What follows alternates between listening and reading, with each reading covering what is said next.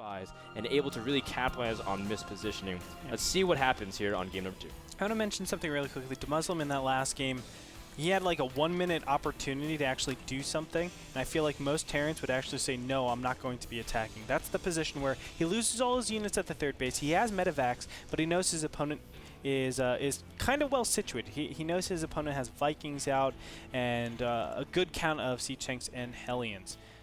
But Demuslim, just being that aggressive player that he is at times, being that, you know, bold player that he is at sometimes, was able to make the right call in that last game and buy himself valuable time. Now, if he plays passive from there on, what happens is MMA actually gets an increasingly large supply count. He's covering the same amount of space, so harasses like that are gone. They're non-existent.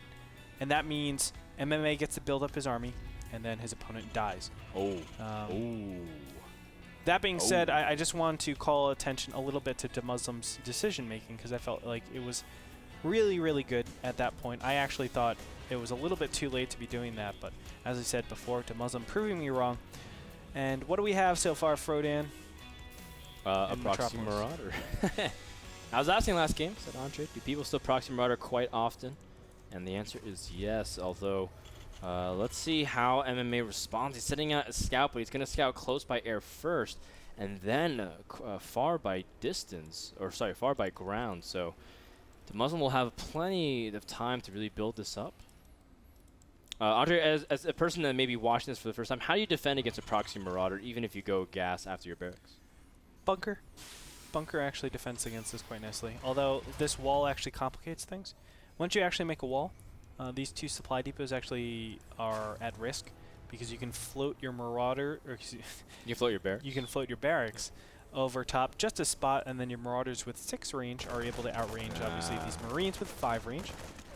Nice. The MMA scouts it. Oh, even shuts out the scout, so Demuslim doesn't even know if MMA is going for a 1 racks fast expand. That's right. And MMA choosing not to even do anything about this. He's saying, okay, I'll just increase my marine count. Yep. That's cool. He's just going to make a factory. Yeah, that's crazy. Like, he doesn't even care, just very nonchalant. No bunker. So what's going to happen is 3 marauders probably pop out, and then he floats the barracks and tries to do damage in that fashion. Oh, wow. He can even put a bunker over here, almost make it like Metropolis. Back in the day, put a bunker right there, like and then protect both the ramp and the main. No, I'm saying Demuslim. He can do that. Oh. And then snipe up there. I thought you meant MMA for defense. Oh, no, that's... Vision's definitely compromised the Marauder's health there. Yeah, you don't want to do that. Third Marauder will come out here, and we're going to see the barracks float. Another way you can do this is also make the Reaper. And a Reaper can obviously see up ground. You make it just flank over here. Oh, not yet, Andre. Not yet. Heart of the Swarm. In Heart of the Swarm, man, to be proxy Marauder into 1 Reaper. Why not? Let's go and see how he actually does this. Nope, he's going to back up from here. As I said, supply depots are a huge problem in this case.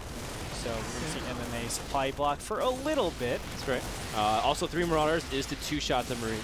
For those of you wondering why wait for 3 instead of 2. MMA trying to repair, but he is now pretty deep in supply block. Just has to play his cards right. Gonna pick off some of his SCVs. Ooh, he's moving down towards the natural. Not the best place to actually move down towards. He's just gonna put himself inside a corner, and from here, Demuslim can't really do that much more. He's gonna kill some SCVs, I think. And that's about it. Nice. Yeah, getting 1 more SCV. The count is 21-17 in Demuslim's favor. Demuslim starting his own command center. Meanwhile, MMA also finishing up his own. So now we've kind of defaulted everything else to it. This early factory from MMA is just, I guess he wants to get out really fast early Hellions, but it's just, how is he, why do you think he was just still able to get this factory out? Do you like this opening from MMA? I think MMA actually switched up. After seeing there is some sort of Marauder opening, he's saying, oh, I don't need to do the build that I was doing before. If I had to guess, it was going to be a Hellion drop, Hellion Marine drop, just judging by the fact that the second refinery wasn't taken super early and that he was still teching up. This build doesn't really make too much sense if you look at it on paper. Going a barracks and then a factory, then a command center. But he said to himself, I can defend against the Marauders easily, and then from there I'll just go ahead and take the economic advantage. well, economic advantage by getting a third command center yet again. Terrans and their greediness, Andre. We've actually become, it's actually, I was telling Ben was like talking about, and Ben's Mr. Bitter. He was saying like, yeah, you know, Terran just looks so fun. Maybe I should try playing Terran. I said, yeah, you know, it's kind of like the new version of Zerg where it's all about how greedy you can get away with playing as Terran nowadays. And this is like a pretty good example of Korean Terrans. We're just trying to get away with as much as possible. MMA sneaking another third command center, despite the fact that the Muslim was trying to punish early on. But for the most part, last game, I felt like MMA did a great job at actually defending that third base. I mean, he did it in anonymity, but at the same time, he was able to defend against all of the different options pretty nicely, even though the Muslim found it out in a reasonable time. So I feel like, I mean, this is a perfect way to actually open up after seeing game number one. In that he feels safe, he feels secure, in that he can defend against all Demuslim's harasses, especially after this beginning stage, because Marauder openings does significantly just hamper your ability to actually tech up. I mean, it's a lot of gas that you're investing into not getting a factory. Yeah. Now that the Muslim does manage to get some of his units out, he does actually have some pretty important map control, although he's going to be pretty surprised by the blue flame immediately from these Hellions. As MMA did prioritize the office factory rather than just go directly for reactor Hellions. MMA now also just trying to, I guess he's just trying to control space and bluff how much he's able to pressure against this. The Muslim's still moving out. Uh-oh. Marine drop coming in here. And we'll do a little bit of damage. But the Muslim doing a great job. Oh no, if he actually gets that combat shields, that'll be actually pretty huge, and he will get it, Frodan. Oh gosh. The SCVs are out of position. That stings, especially since he's doing his own Marine drop into the main, and that 10 extra health will considerably be more effective against these Hellions, as now they have blue flame. Ooh, the Muslim does a mass stim. SCV's being pulled for MMA. Oh gosh, that hurts so bad. Blue flame Hellion just so powerful, Frodan, and his drop gets cleaned up so easily. Medevac should die, actually. Theoretically, no, just one medevac should die. Oh. I think the second one, it's too far across the map. He should get there in time. One Marauder's trying to get out of here, but I guess instead he's just gonna turn around and try to see if he can kite the Muslim. Ooh. The Muslim just killed his own medevac. Yeah, that's true. You can actually. Actually, I don't know, Andre. It might be able to. Do you believe? I believe. Boom. This one SCV. That's could have been the 200 kills. Units lost tab showing 2,000 to 1,500, so a small advantage for MMA. But this is where the real advantage kicks in. This third orbital command center that he's consistently been doing, as you've been saying. Frodan, map control goes to the meching Terran, which is very unfortunate for Demuslim, as again, he is behind, especially with a combat shield. I really feel like Demuslim is fighting an uphill battle from here, as he did okay damage at the beginning stage. I don't think anybody got a significant advantage or disadvantage. Maybe Demuslim barely, but it's not that much. He still has a lot of continuation. But the fact of the matter is, after this point, where he loses 16 Marines over here and 2 medevacs, and 8 Marines stop combat shields, that actually forces Demuslim into passivity, and increasingly just gives the advantage to MMA, as passivity gives the advantage to meching fight. So the farther it sits back from this position, MMA is getting farther ahead. That's what you're saying, right? Okay, just so I'm understanding. And one thing, again, guys, it's the gas, the 6 gases that that MMA is able to squeeze out. Although MMA really hasn't been prioritizing his upgrades again, just starting +1 on his vehicular weapons, but only having 1 armory, despite going for mech both games. I guess that's just MMA's style. The Muslim, meanwhile, favoring bio once again, but why not? His bio control is pristine. But just like you said, he has no map control. This is the stage of the game where last time the Muslim was dropping the main, poking the third, able to kill workers, able to snipe off and keep the mech army reduced. Now it's a little bit harder to do that because the Muslim not only sacrificed a lot of his early game economy, but his mid game economy with that follow-up poke that didn't do really much any damage. The Muslim supply is not that healthy right now, and the third orbital command center is really starting to reap huge dividends for MMA. And from here, MMA just maxes, literally. That's all he has to do. And he knows, as long as he, takes control of the air and makes sure that there isn't any sort of, scatter dropping that can happen, he knows that I have so much more than my opponent. I am so much farther ahead in economy that by the time I max, my opponent is nowhere near that. And with meching units, you're actually a lot stronger when you go fist or hist, pound for pound. And that's obviously absolutely brilliant for him. That's why I really feel like he should just siege up all over the place. The sensor towers are correct, and not do anything. Yep, although I like where Demuslim's taking this as well. He's double expanding and adding on starports very aggressively, Andre. He might do a quick switch into the air, just like you said last game, as he's already getting a fusion core. Oh my goodness. Demuslim going to really rush out that late game Terran army and surprise his opponent completely because he knows his opponent's going to go mech, seeing the blue flame and Hellions.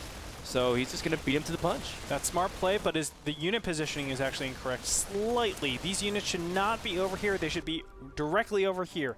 What you want your Marines and Marauders to do are base trade. So you base trade, and then you have Vikings and battle cruisers behind that. So when your opponent base trades, you only have Vikings as anti-air. The siege tanks, everything gets just swallowed up by those battle cruisers, and you're way, way ahead. But now that these Marines and Marauders are here, they actually have to confront against this army, and it's not going to go well, Frodan. And when you don't have a trade like that, then what happens is you just suffer tons and tons of damage. And if your opponent has an economic advantage, which of course MMA does, he's just going to, rinse and repeat. He doesn't have to actually change. MMA doesn't even really have to wait for anything. Oh, the Vikings get in a little bit of position, but what answer does the Muslim have really to the might of this army without raw numbers? His army supply is 74 compared to the 123 of MMA. This is looking like MMA can just completely steamroll his opponent's army. As long as he gets the position, half his tanks are unsieged, but MMA is doing this slowly, and that's what you need to do. MMA playing with vision, being able to poke back and forth. The Muslim giving up more ground slowly, being backed into the corner of his bases, bunching up his bio as well. As soon as those tanks get a few shots off Andre, it's going to be lights out. Smart play, though. Targeting down the Vikings is absolutely brilliant. He's trying to actually take map control, but it's not going to be enough, Frodan. He's just trying to hold off from here. And the siege tank count really isn't worked on at all. In the back of the base, we can see 4 siege tanks and a ton of Hellions going to support this. MMA is just going to do exactly what I said, rinse and repeat. He doesn't need to actually go and try to take out the third immediately. He doesn't need to go and kill the production line because he knows he's going to strangle his opponent based on the fact that Demuslim has no capabilities of actually confronting this army efficiently. That's always my problem, Andre. From this position, if I'm ever playing mech, I just get so antsy. I'm like, yes, let's push in, kill the third, strangle him, and do it systematically. But from there, MMA is just going to exercise his biggest advantage, which is economy, and just fall back and say, you can't really attack into me. That gives the Muslim lots more time to build up his battlecruiser Viking army, as now he's pumping out 4 at a time and adding another starport. Yeah, the big problem now that I face for Demuslim is the fact that he doesn't have upgrades with his air, really. He needs weapon attacks because, see, you only deal 8 damage. 8 damage with these battlecruisers. I'm just saying, if these Thors had armor, you can actually sit there with the Thors and just have mass repair with SCVs, and battlecruisers do no damage to those Thors. That's why it's super important to actually get those upgrades so that you have a nicer transition. You still have timings where you can hit when battlecruisers are out. But MMA actually doesn't have that, so I guess he doesn't have to worry too much. But getting the ship plating is always nice. Demuslim looking like he's salvaging this game pretty nicely. I like what we're seeing. Yeah, Demuslim now also I'll just continue to pad onto his battlecruiser count. Where do you start throwing in Ravens as well, Andre? And if so, how many do you like to get? As who? As the Muslim. The Muslim doesn't add on Ravens. At all? At all. Really? Yeah. All of his investment is going into his air already. He has the ship plating +2. It's going to be a lot more effective to get Vikings in this position. Yes, Hunter Seeker Missile is good, but he needs a point of stabilization right now. Even for, I thought for maybe the point defense drone for even just a couple of Ravens, but we'll see how that works out. Thorzane said, well, here's the first battle.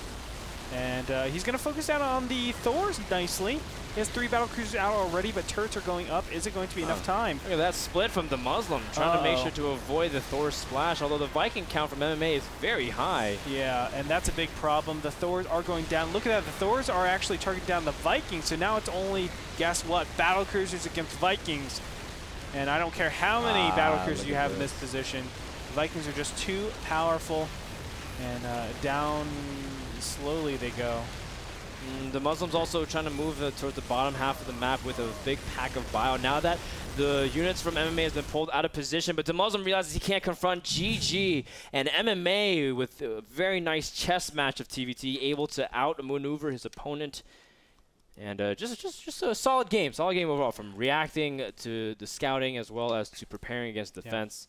Yeah. Great game by MMA. Thorzane is actually the person that told me this.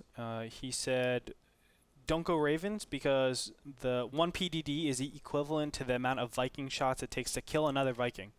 So it's much more affordable just to get Vikings because it's only 75 gas rather than 200 gas, and you don't have to wait. Well, that's good. I won't make Ravens anymore if I switch directly from Viking to Battlecruiser. It's good, super end game, but you need a stabilization point. Oh yeah, if you're like Ryung, Thorzane stuck and you can't really break position, there's a lot of turrets. Yeah. Drop the PDD, drop his base, send a couple medevacs after the Ravens, and then all of a sudden you have an entry point. That game was brought to you by GoToMyPC. If you need anything in terms of remote access, file transfer, privacy, all these things are possible and more if you go to nasl.tv/p/GoToMyPC. Check that out while we take a commercial break and go to Game 3 for Demuslim versus MMA. What's going to happen? The answer is...